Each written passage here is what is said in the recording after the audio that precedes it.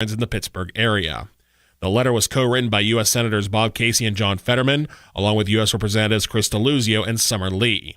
The letter addresses several key issues regarding the VAPHS, including the lowest possible rating from the Centers for Medicare and Medicaid Services and chronic staffing shortages.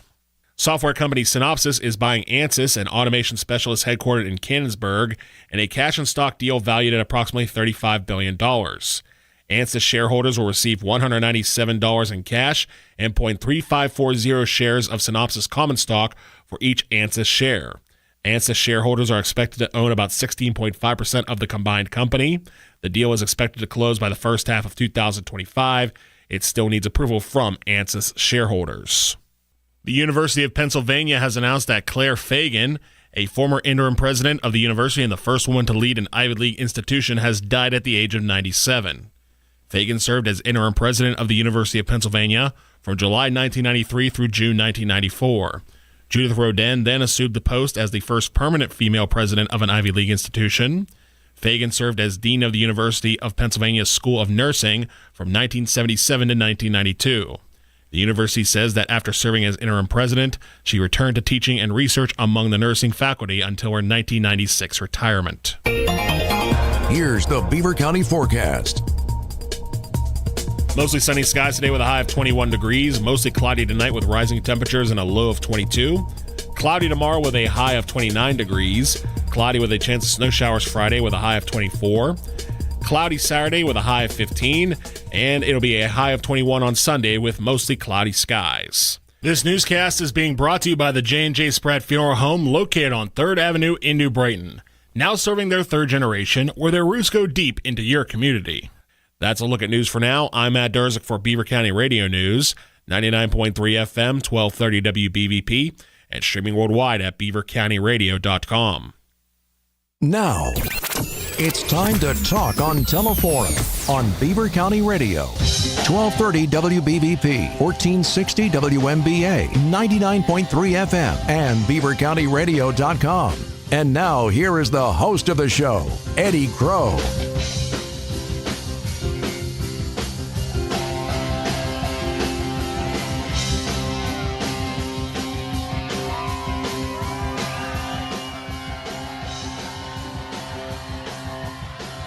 It is Teleforum from the Fry Transportation Studio, and I, for the maybe first time, really appreciate the new studios and the space it affords us, because today we need it.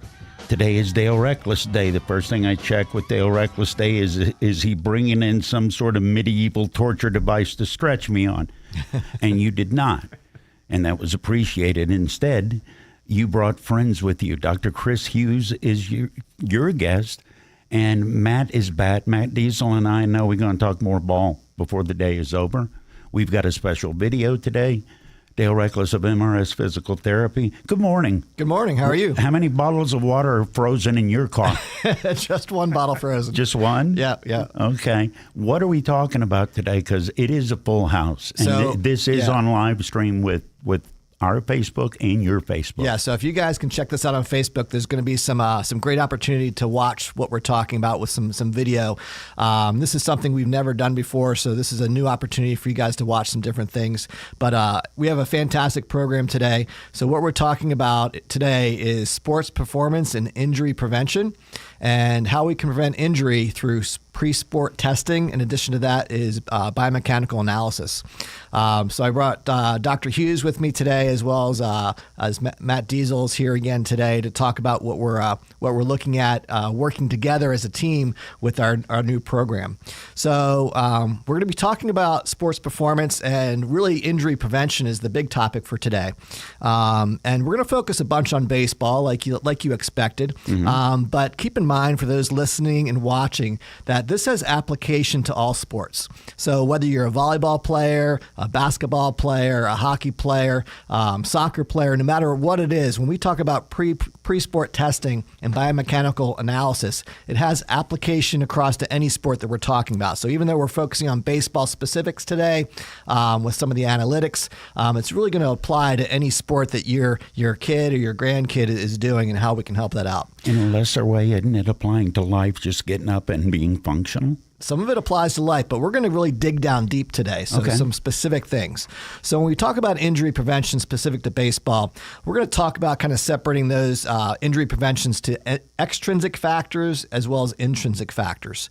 So when I talk about extrinsic factors, that means things like you probably think about with baseball, like pitch counts and innings pitched and things like that.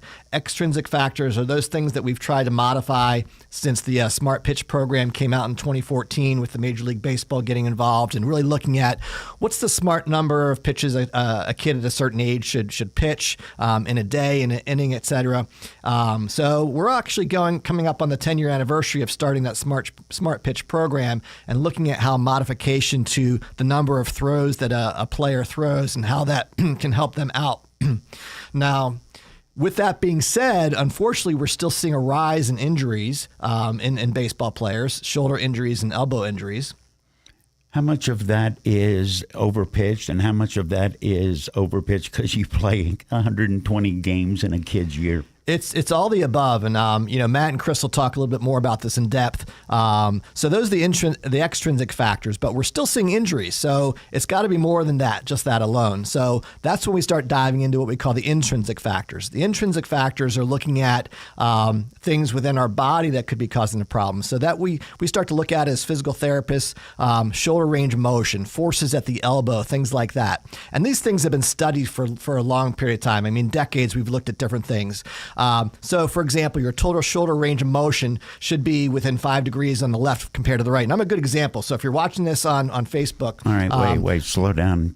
Every time you show up, I end up flailing. So I don't know if you can see this on the camera from showing up, but my left shoulder. No, you're fine. I'm talking about my left shoulder goes back a lot farther than my right shoulder does. So if I was a right-handed pitcher, this would be a problem because this would increase my risk of injury because I don't have normal range of motion on my right side. Now, fortunately, I'm left-handed and I'm not a pitcher. So that's not a problem. But these are the kind of things that we look at for things like total shoulder range of motion. And there's statistical likelihood of injury based on what these intrinsic things are that we look at. So the good thing with intrinsic measures is they're, number one, they're measurable. So I can measure, your range of motion deficits. Right. Also good is they're modifiable. So we can do something about it. So these intrinsic factors are both measurable and modifiable. So as a physical therapist, I can take a baseball player or any kind of athlete, I can do my tests on them and see if they're within normal limits or outside of normal limits. And based on research that's been done, I can tell if there's a likelihood of injury or not.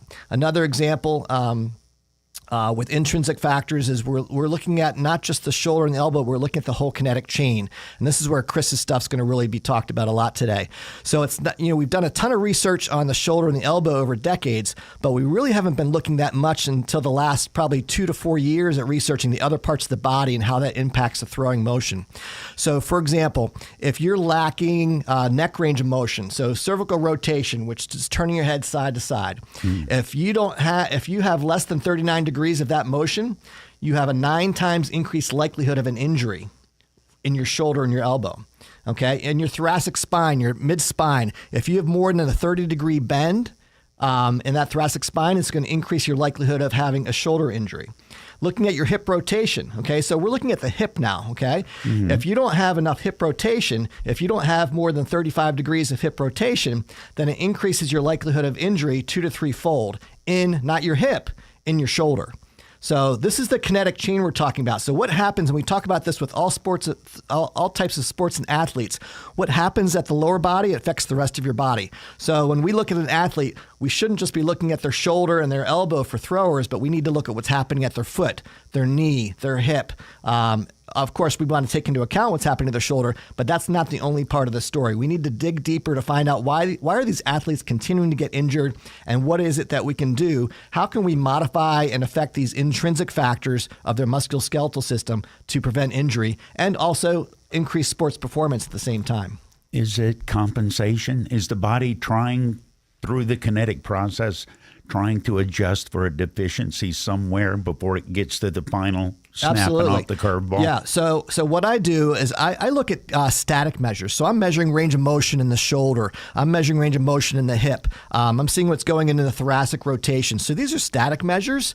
But what really brings the whole picture together is what Dr. Hughes does with his video analysis, and he can look at someone what's happening dynamically. And so I really think the whole picture and what kind of Matt's putting together here with his vision is putting all these pieces together so his athletes have the best outcomes. His athletes that he's putting through his programs, he's taking care of them with not just sports performance, but also injury prevention. So he's providing something that no one else in the area is really providing with his vision for Diesel Sports Complex. Matt Diesel is my guest. Dr. Chris Hughes is my guest. Dale Reckless, MRS Physical Therapy, is my guest. This is being live streamed on the station's Facebook feed. Dale's live streaming it on his, and that's going to be important before the day's over because there's special video. Are you talking about, it sounds like you're rebuilding an athlete from the ground up. Is that what's going on? Well, we're paying attention to the entire athlete. Instead of just focusing on, well, you have shoulder pain, what's going on in your shoulder, we're looking at the rest of the body and what's going on. So I'm going to kind of I told Matt and Chris that I was going to kind of frame what we're going to talk about today. So my framework is done. So I'm going to now hand things over to Matt and Chris. But Matt, why don't we have you start to kind of just talk about your vision of what you see happening with your athletes and, how you decided to get to this point where we are now. And then we'll let Chris run the rest of the show from there. Yeah, no, I think Dale hit the nail on the head. I think I've had 17 years of experience in the private sector, so I've seen a lot of athletes come through. There's been a lot of shift in the industry over the last 5 years, and there is a problem with injury. And as we talked on the way here, guys, we don't know we have a problem until we have a problem. So unfortunately, we have to dissect, and there's a lot of pieces to this too, right? And there's a lot of wisdom sitting at this table, right? I sit here from the coaching side and player development side, but you have sports medicine and you have sports science, and I think that's the interesting piece. And I think from a vision standpoint, we want to give athletes the right processes, the right systems, the right guidance, and then also educate parents in the mix. Because I think from a coaching perspective, from my viewpoint, I think sometimes, and I did this as a young coach too, is sometimes we talk too much, right? We don't listen enough, and we don't let the environment dictate the athletes. I've learned that over a lot of years, but I've seen a lot of that on the field too. And it's why I say that is because with what Chris will probably tell you too, each athlete moves differently too, right? There's going to be certain strength components. There's going to be certain movement components, and how do we put it all together to put the athletes in the best position? I just sat at a convention last week in a 2.5-hour debate over the arm injury epidemic, and the debate was movement or strength, which comes first when you're trying to solve this. And again, I don't think we came to a conclusion because both sides were very entertaining. So, and I'm sure we can do that here today too. So. With that being said, I think again, obviously with a baseball focus, but this is relatable to every sport, as Dale said. And again, you're seeing these injuries as problems down the road, and again, parents and athletes don't know they have that problem until it pops up.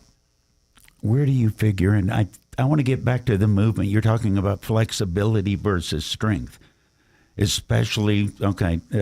Dr. Hughes, where do you come into this? Because you can whip science out on them. Coaches, he's right. Coaches can talk, but you can whip science out on them. Where do you come into this equation? Well, good morning, everybody. Good morning. And it's nice to meet Eddie and certainly Dale and Matt. Thank you for having me. But my role is integrative. I'm a physical therapist. I'm also a strength and conditioning specialist. I'm a professor. I have blends, if you will, to be able to translate this knowledge, which I think is really helpful when you work with people like Dale and Matt. And more importantly, the athlete, everybody needs to be on the same page. So what we're trying to create here is a communication pathway, a 360-degree approach. And so sports science does fit into that puzzle. And so my job is to listen and learn as well from the athlete and work really strongly with the coaches on making sure things don't get left on the data room floor, and making sure that I'm not going off on a tangent in something that's unrealistic for this athlete, because the coaches know the athlete knows himself. So we try to dovetail everything all at once. But data science and sports science is where it's at to measure some of these multi-segmental motions that happen so fast. You need the technology. Is some data more important for some athletes and other data more important for different athletes? Absolutely. The system that we have is very flexible in looking at various components of either strength through EMG analysis, or maybe it's foot pressures with plantar pressure insoles, or maybe it's just multi-segmental motion with IMUs, or what we call inertial measurement units. And these are little gyroscope accelerometers, magnetometers embedded in shanks on the body. We use 16 of them to capture and ghost that motion for that Back motion up. What is a signature. shank? Because I went to Shank is a limb I went segment, to yeah. a prison thought. Yeah, not that type of shank. Okay. Yeah, it's just wait. But- He's stabbing people. That some people may think it's All right. So what? Explain. You're talking about making contact points, right? Yeah, so Or- we have to capture, as both Matt and Dale had alluded to, we've got to look at these motion segments individually, and more importantly, how it fits into the skill set. So you have to capture them doing the full body motion. So what's nice is, with a lot of wearable technology, and certainly the technology available in sports science, my lab is portable. So I can go out on the field, I can go outside the laboratory space, if you will, and get a natural motion or be in the wild. So What is your laboratory? What does it consist of? You say it's mobile. yeah, it's mobile. So it consists of kinematic measures, which are motion description measures, equipment, and then kinetic measures, which are more force, pressure, and looking at work variables. So we have a blend of pieces that we can put together using this toolbox of motion capture to identify what the athlete needs to assess and what is going to improve their performance and ultimately reduce their injury risk. So the box is very versatile in that regard, not only being portable, but also specific to the needs of that individual, whether it's a hitter or a pitcher, for instance, in baseball. So Is it specifically, not specifically, but is it more baseball than other sports? And if so, why isn't this being done in more other sports? yeah, no, it's a good question. It is not exclusive to baseball, as Dale mentioned, but baseball fits very well because it's such a high velocity of motion, a lot of segments moving at once. So when you think of sports movements, you have some that are very linear, and then you have some that are both rotational and also linear, and fast versus slow. If I'm looking at a golfer doing a putt, that's a very slow movement. But if you're looking at the full body capture for swing, then you need this more robust system capabilities that we have. So it's applicable for every sport. We don't go into water with them because they're not airtight. But on the other hand, if a person is moving, we can capture it. I do ergonomics for a major grocery chain locally, and we capture workers selecting cases for the grocery store. And so they have motion signatures just like athletes. And so the task is only important from the standpoint of what do you want to capture, not specific to an occupation, if you will.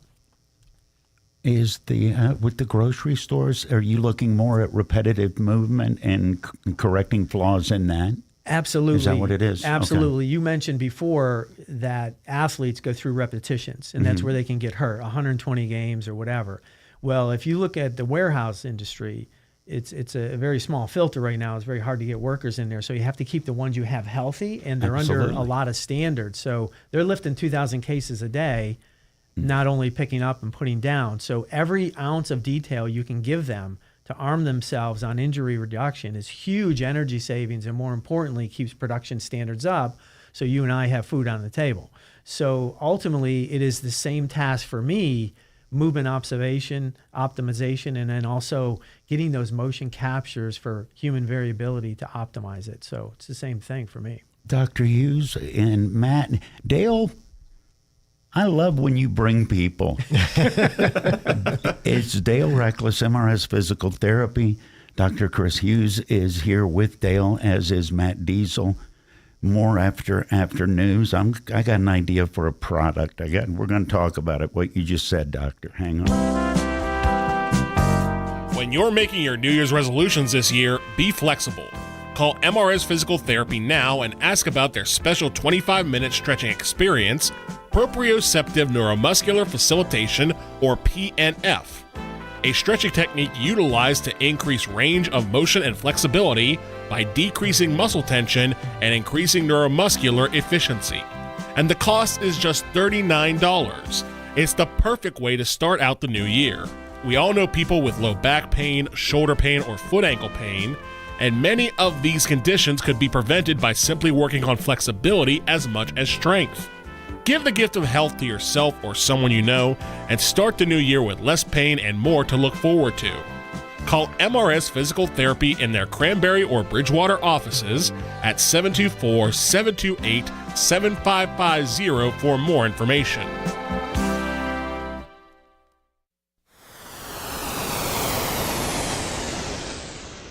The Lenten season is just around the corner, and Our Lady of the Valley Parish is inviting you to one of the best Lenten fish fries in the Valley at the St. Cecilia Hall on California Avenue in Rochester. The fish fries get underway on Friday, February the 16th, and will be every Friday throughout the Lenten season from 11 a.m. to 6 p.m. They will have fish sandwiches, fried for $11 or baked for $12. Fish dinners are $13 and shrimp dinners are $14. There's also a Chesapeake Bay dinner for $15 that includes fish, shrimp, and crab cakes. Dinners also include coleslaw and a choice of French fries, mac and cheese, or pierogies. There's yummy pie for dessert, but that's a little bit extra. You can eat in, you can take out, or they'll deliver from 11 a.m. to 1 p.m. Credit cards are also accepted.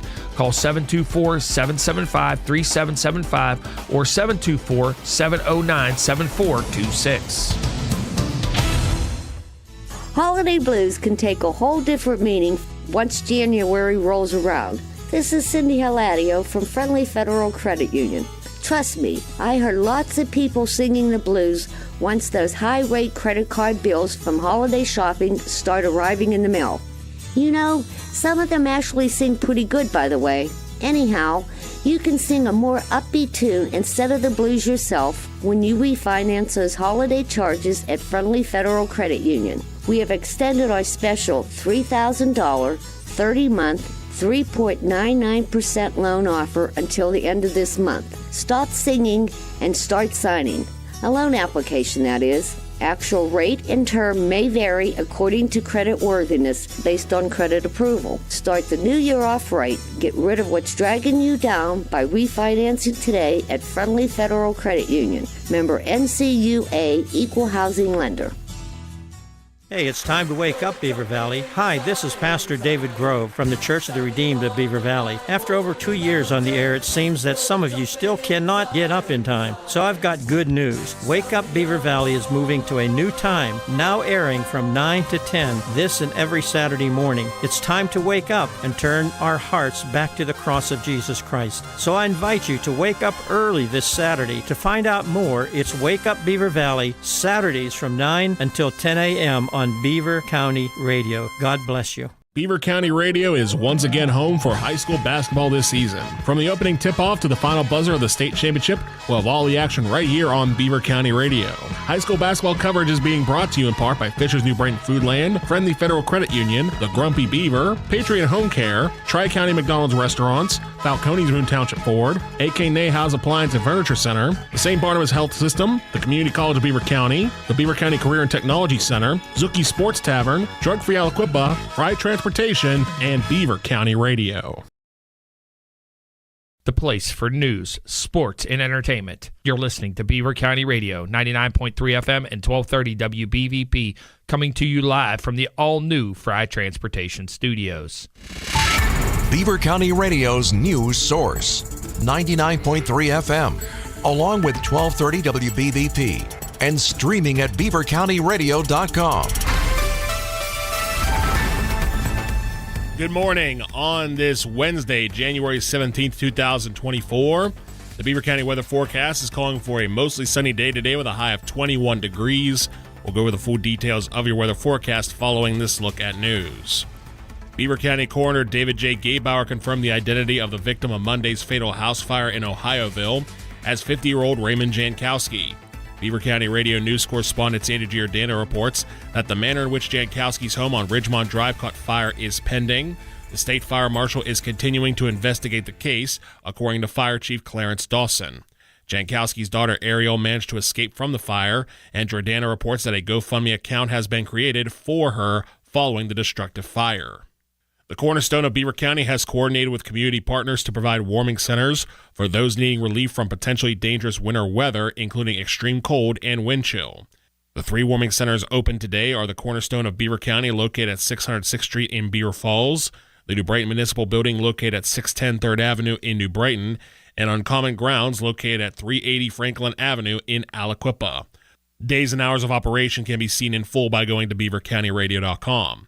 Outside of warming center hours of operation, anyone experiencing homelessness or housing-related crisis can call the Cornerstone at 724-846-6400 anytime, day or night, for assistance. For more information about the Cornerstone's emergency shelter, housing, and basic needs programs, visit cornerstonebeaver.org. 2 local parks have received grant funding for renovations to boost activity and accessibility. State Representative Rob Matzi announced on Tuesday that P.J. Call Memorial Park will be receiving $125,000 for renovations through the Greenways, Trails, and Recreation Program through the Marcellus Legacy Fund. Through the same grant, $74,000 has been awarded to John A. Anteline Park in Monaca for the Central Valley Girls Youth Softball Field. Matzi said, quote, "The grant to Ambridge will allow the borough to build on improvements to P.J. Call Park that are making the park more accessible and more inviting for residents. The funding to Monaca will support needed renovations to the Anteline Park softball field. Folks love to come out and watch the games and cheer on the players, and the work will help ensure the best experience for everyone." Again, that is State Representative Rob Matzi with that quote. The downward trend for gasoline prices in western Pennsylvania continues this week, maintaining a steady pace throughout January. According to AAA Central's latest report, the average price for a gallon of unleaded gasoline is down to $3.37. That average is down from last week's average of $3.39 by 2 cents and down 37 cents from the average of $3.74 1 year ago. Beaver County stays at $3.44 for the second week in a row. However, drivers may have noticed some stations in the county have been selling gas for as low as $2.99. Butler stands pat at $3.43 a gallon for the third straight week, while the Pittsburgh region drops 2 cents to be at $3.41. The national average is currently at $3.07, according to AAA East Central, the same average as 1 week ago. A letter was sent on Tuesday to Donald Koenig, the Director of Veterans Affairs Pittsburgh Healthcare System, asking for answers on what needs to be done to improve the status of healthcare for thousands of veterans in the Pittsburgh area. The letter was co-written by U.S. Senators Bob Casey and John Fetterman, along with U.S. Representatives Chris DeLuzio and Summer Lee. The letter addresses several key issues regarding the VAPHS, including the lowest possible rating from the Centers for Medicare and Medicaid Services and chronic staffing shortages. Software company Synopsys is buying Ansys, an automation specialist headquartered in Canonsburg, in a cash and stock deal valued at approximately $35 billion. Ansys shareholders will receive $197 in cash and 0.3540 shares of Synopsys common stock for each Ansys share. Ansys shareholders are expected to own about 16.5% of the combined company. The deal is expected to close by the first half of 2025. It still needs approval from Ansys shareholders. The University of Pennsylvania has announced that Claire Fagan, a former interim president of the university and the first woman to lead an Ivy League institution, has died at the age of 97. Fagan served as interim president of the University of Pennsylvania from July 1993 through June 1994. Judith Rodin then assumed the post as the first permanent female president of an Ivy League institution. Fagan served as dean of the University of Pennsylvania School of Nursing from 1977 to 1992. The university says that after serving as interim president, she returned to teaching and research among the nursing faculty until her 1996 retirement. Here's the Beaver County forecast. Mostly sunny skies today with a high of 21 degrees. Mostly cloudy tonight with rising temperatures and a low of 22. Cloudy tomorrow with a high of 29 degrees. Cloudy with a chance of snow showers Friday with a high of 24. Cloudy Saturday with a high of 15. And it'll be a high of 21 on Sunday with mostly cloudy skies. This newscast is being brought to you by MRS Physical Therapy with 2 locations, one in Bridgewater and one in Granbury. Visit mrsphysicaltherapy.com for more information. That's a look at news for now. I'm Matt Durzik for Beaver County Radio News, 99.3 FM, 1230 WBVP, and streaming worldwide at beavercountyradio.com. Talk about what's happening in Beaver County or around the world on Teleforum. 724-843-1888. 724-774-1888. It's Teleforum with Eddie Crow. Oh, the conversations that are going on. It is Teleforum. I am Eddie Crow. With me, Dale Reckless comes by. You know Dale Reckless. We've been getting to meet Dr. Chris Hughes, and from a previous visit, Matt Diesel is here. And you guys have talked about so many things that are so much over my head. This half hour, can we simplify or maybe talk video stuff? I was pretending that I knew what I was talking about, Dale.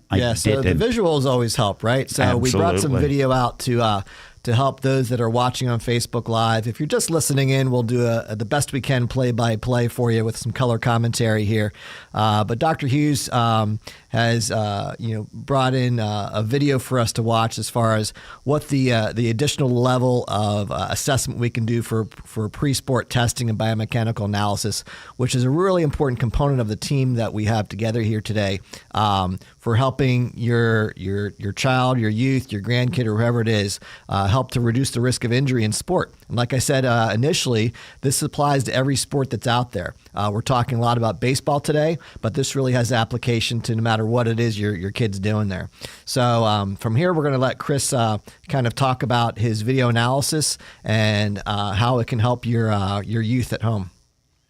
Yeah, thanks, Dale. Once again, it's interesting with the video capture system we have. We're able to be portable, like I said, and the portability for this video capture was done at Diesel Sports Complex. So I brought the unit in, set it up near the mound, the indoor mound, and we had a subject, our participant, who was needing to work on their form and technique. They had a showcase event coming up, and they wanted to make sure they were at their optimum level. So when I set up a system, I map out the area, and I have 2 cameras that we filmed with for this individual to get a 3D perspective. Now, the camera doesn't do the measures, but it's a qualitative assessment. So my cameras run anywhere between 30 frames per second to 300 frames per second. So with this activity, since it is very fast, I went to 250 frames per second. I set those cameras up at 2 different locations to try to get a front and side view, basically.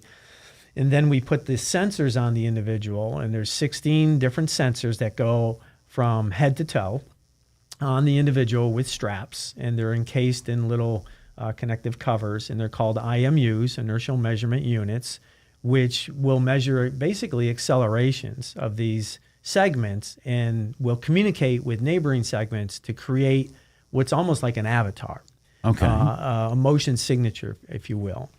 And we also did pressure insoles with this individual. So there's a 3D mapping of pressure at the feet, because as Dale mentioned, there's a lot of influence on other segments of the body besides the arm when you throw. All right, I'm going to go ahead and start the video. If you're watching this on Facebook, I'm going to try and loop it, and we can talk about what we're seeing. If you're driving or not in front of your computer, this is going to be on our Facebook page. You can come back and look at it later. But Dr. Hughes, talk about, to me, it looks like a skeleton playing baseball. Exactly. So, Okay. So what you're seeing now is the sensors regenerating the figure, the skeleton or the avatar. Mm-hmm. And since you've now digitized that motion in space, and the pressure sensors are showing gradients, almost like a thunderstorm underneath their feet, right? Looks like Yes. a weather pattern. Yeah, I noticed that. Now, everything is digital now, and everything is numerical. So I'll work with the coaches, and we create models of throwing, and we know this individual from how they presented with movement and strength on the training room table, for instance. We are then able to make a comprehensive profile of what we want to see with this individual to allow.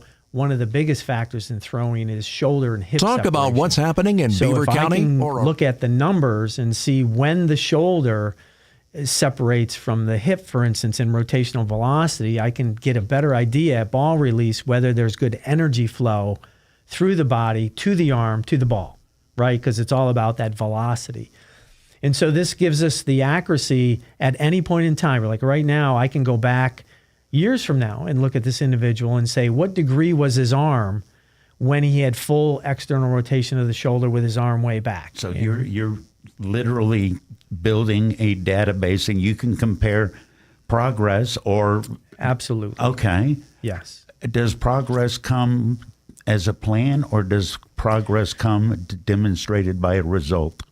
You know, there's a coaching curriculum that the coaches have, and this person would be at a stage in that curriculum and at a stage in their career where you're going to see improvements or you want to monitor from baseline, or let's say, for instance, unfortunately, many of them may have had injuries and they're coming back from injuries, you can now progress with some very finite data to determine whether you are on the right path and whether they are rehabbing properly, and more importantly, whether the athlete understands how they're moving.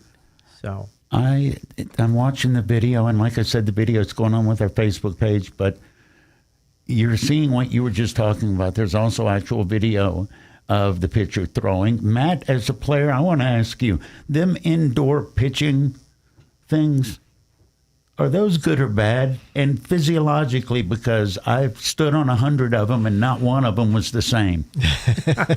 Does that prepare you to go out on a mound that's not the same? I mean, it depends on what we're talking about. And that thumping sound when your foot hits. So as far as the youth sports go, yeah, I've seen all kind of different mounds on as far as what's on fields and at tournaments and whatnot. Obviously, we live in Western Pennsylvania, so when we get into the spring, as far as high school baseball goes, it's a coin flip, right? What you're going to be on. Some fields are really nice. Some fields have holes to the left, and they're changing things last second. I mean, it does come down to adjustability. Those work for us. We have 4 of them in our pitching development area. So we actually drove to Cleveland for a guy that handmade them. So they work for us. So, okay. I remember them. They were just coming out when I was in school. If you don't know what I'm babbling about, it looks like a huge wooden pallet, and that's what you throw off of indoors when you're getting ready. And, okay. I'd like to add in to ask kind of Chris to speak on this question too, because when I first started presenting this to people, the technology that Chris has, it's really high end, the latest technology. Because I've told people about it, and they're like, "Oh yeah, I've seen that before." You know, my friend has his iPhone and he puts that up and he videotapes it and it gives me this analysis. It's the same thing, right? And I'm like, no, it's not. But you know, Chris, can you speak to the level of this technology that you're using and how it differentiates from what people are thinking that they are seeing, what they're not really seeing, because it's very different from what you might just use with your iPhone? Yeah, that's a good point, Dale. You know, there's all sorts of technology advances, and you know, you can go simple to complex, and with complexity comes cost and time and maybe a little bit of unrealistic capture. But the way the technology is now, we are moving in an age where people are even going markerless with the iPhone, for instance, but there are considerations you have to take and assumptions that may be being made with that type of data. So as we move from the pure laboratory environment of what you might see at a major university, like for instance where I'm at Slippery Rock University, those laboratory environments still have very, very good accuracies, okay? Mm-hmm. Now, unfortunately, as you mentioned, Eddie, a pitcher pitching indoors is not necessarily realistic. And when you put them into a laboratory environment, they feel like a guinea pig. Yeah. And they do move differently. So we like to go out in the wild. So now when you go out in the wild, like an Indiana Jones, scenario, there are compromises. And so with my unit, what I like about the portability is if you understand where the errors can come from an IMU, they're very sensitive to metal, for instance. So when I'm in a warehouse situation, I have to know where that artifact is, how to make the adjustments. And that comes from years of working with the system and also the technology improvements. So one of the things we like about going into the outdoor arena, for instance, I could be on a pitching mound in a stadium with this system. Right. But you know, we obviously are indoor sport complex. But interestingly enough, as you make a compromise in one area, you may gain in another. And so it's really about getting the best trials that are realistic for that individual. And so we felt we captured him very well in a natural environment. And so that's where we're at with it. The technology has advanced that much where you can now be portable and you can be sophisticated at a reasonable cost. My system is very expensive, but it also has the ability to plug and play a lot of other devices to it. So it's very integrative. When you order gear, do you order it from a medical supply company or an electronic supply company? No, this is a proprietary vendor out in Scottsdale, Arizona. Okay. So basically that's a company that I work with and I have a relationship with on R&D, research and development as well, to help them improve their products. So we're very vested in this new technology. And as Dale mentioned, other forms of technology are out there. We've seen in baseball, which is very much exposed to a lot of technology, whether it's cameras at the stadium trying to capture things, GPS units on the back of shirts for basketball players. Robot umpires. Yeah, and even the Sport Vision, which runs the first down markers for football, that company has just flourished with what they can do on television, right? So there's a lot of tech you can use. And I think what we've done at Diesel, and certainly working with Dale's group, is what do we really need to create the curriculum?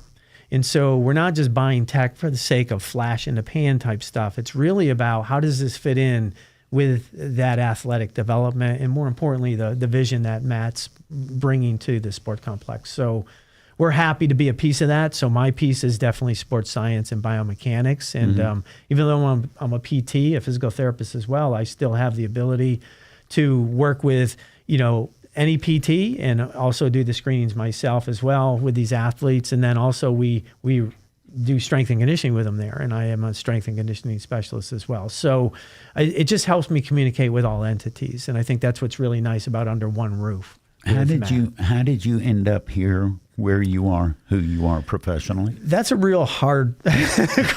I've gone through a lot of phases. We'll go backwards now. We'll talk about my background. Matt just fell out of the frame giggling. I started in exercise science way back in the 80s, and as an offshoot of exercise science, I went undergraduate at Springfield College in Springfield, Mass, which is the birthplace of basketball, right? And so I got my exercise science degree there, and that was a bachelor's degree. Then I went down to Hawaii, and I did a lot of training, exercise physiology at some facilities down there, got exposed to the athletic population down there, then went back to Springfield College for my master's. And really what captivated me in exercise science was the biomechanics part. So I got my biomechanics master's, and then I went on to University of Virginia to get rehab engineering and more motion analysis experience. So it was a blended program between sports medicine and engineering at University of Virginia. Then I was recruited to teach at Slippery Rock, where I was asked to matriculate through the program. So I came in backwards to be a PT after I had already had my PhD. So I wanted to not only evaluate, but also treat. So I was able to teach and also go through the program. So, how much of an engineer are you? That's a good question. I wouldn't be building buildings with my engineering degree. Right. It's mostly applied with regard to the laws of motion, the kinematics and the kinetics, and we teach practicality with leverage and torques and forces. So I would say I'm probably a lower end engineer and more of a higher end sports medicine. But the nice thing is you can go at any level with all of those. And it's really what makes this so advantageous is the ability to blend those experiences. So, and that's worked well for me in industry as well with the ergonomics that we do for lifting safety. So right, you brought that up. I never thought about that, but you're doing the same repetitive motions every day. These are the same biomechanics that can be right or wrong. Exactly, and the reward is still the same. There's a lot at risk if somebody gets injured, and there's a lot that can be gained by optimizing motion. So we've had patients who are trying to rehab fully and they need a little step up, or they didn't have a good rehab and they still want to get better. This equipment allows me to drill down and become very forensic with where the problem is and how we can solve that problem with a fresh set of data and, more importantly, a fresh perspective, which is what sports science is all about. So. Dr. Chris Hughes is my guest. Matt Diesel is my guest. Dale Reckless is my guest, MRS Physical Therapy. Before we run out of time, let everybody know, Dale, first off, thank you for bringing both of these people. I learned more in the last 30 minutes than I learned in 3 years at Alabama. How do they get in touch with you if they're interested in any of this program? This is amazing. Yeah, so I'd like to say that this is all great information, but it's only going to be as good as what you follow through with your compliance. So for an example, in 2019, they did a study of the Pitch Smart program. They took 2,500 athletes in summer program, and Matt probably knows exactly what's coming here. They took 2,500 athletes to see how compliant they were with the Pitch Smart program. And this was in 2019. This is 5 years after it was implemented. Guess what the percentage of non-compliance was?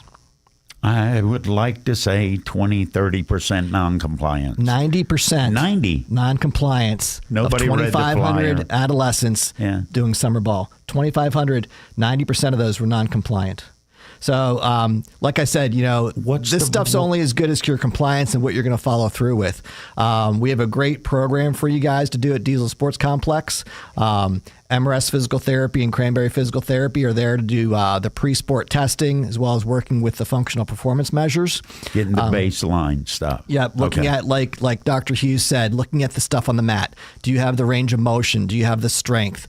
We have pre-testing protocols for any athlete, no matter what the sport is that you want to participate in. And this is evidence-based stuff. This isn't stuff we're just saying, you look good or maybe you need to work on this. This is evidence-based, meaning research has been done to show statistical probability of you being an injury risk if you don't have a certain amount of range of motion or a certain amount of strength. And the great thing is these intrinsic factors, they're modifiable. There's things that we can work on to improve your range of motion, flexibility, stability, whatever it might be that's causing the increased risk factors. And then Dr. Hughes just brings that whole next level of things with him looking at the dynamic part of things, like you saw in that video analysis, looking at the whole kinetic chain.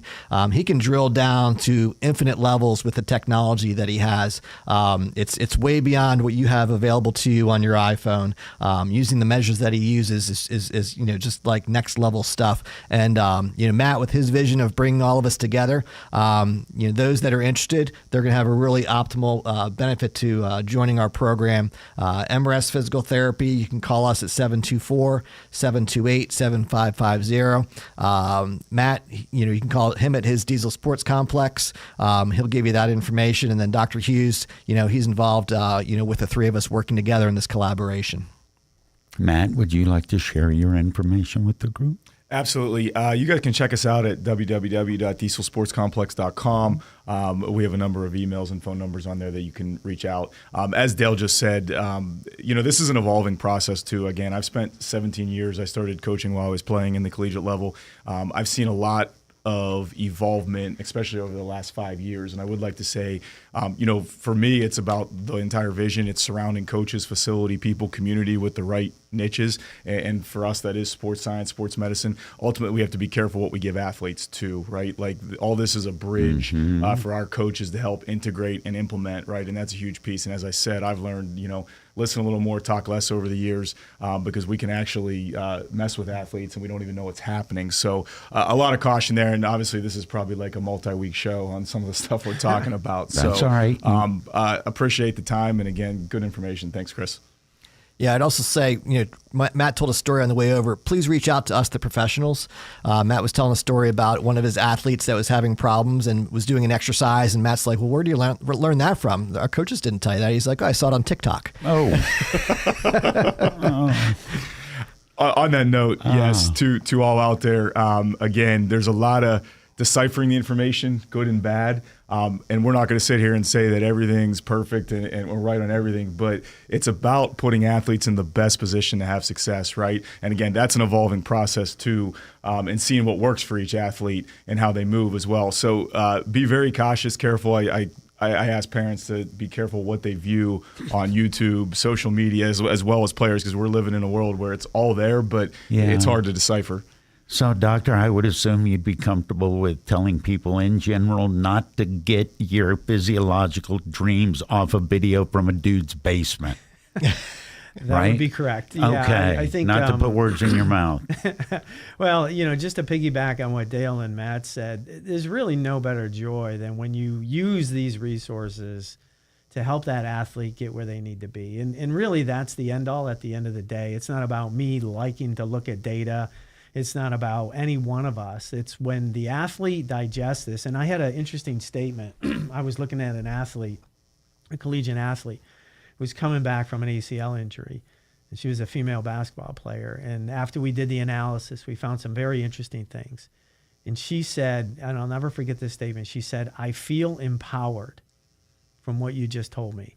Now, that's my win right there, is that athlete has internalized everything we wanted from coaches and what we brought to the table. They felt they could then move forward on their own.